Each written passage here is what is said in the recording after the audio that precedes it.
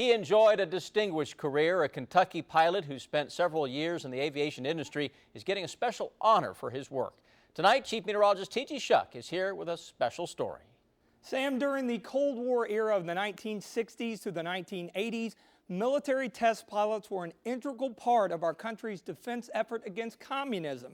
These brave men and women risked their lives on every flight, and a Northern Kentucky man was a big part of it all. There are heroes among us every single day. They may not be easy to spot, but they're here. Take Ed Schneider from Boone County. To look at him, most might see a man enjoying the quiet life of retirement. But to know his story is to know a true aviation hero.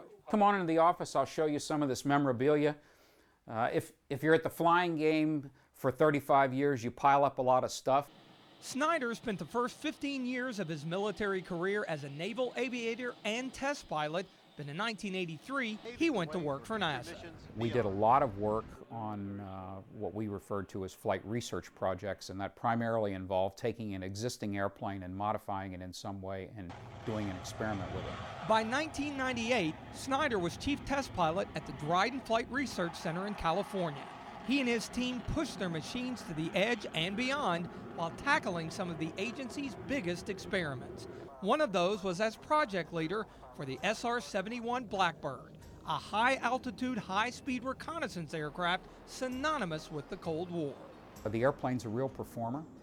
It was built to do one thing, and that was to go real fast, real high, 3 times the speed of sound at over 80,000 feet, and it did it every time. There are only a handful of occupations where doing your job can literally mean life or death. But for Ed Schneider, each test flight was just another day at the office.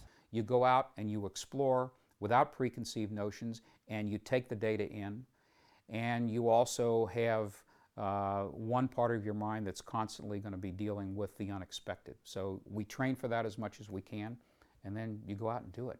Schneider retired from NASA, having logged flight time in 84 different models of aircraft. The Campbell County native's induction into the Kentucky Aviation Hall of Fame last month was special to him.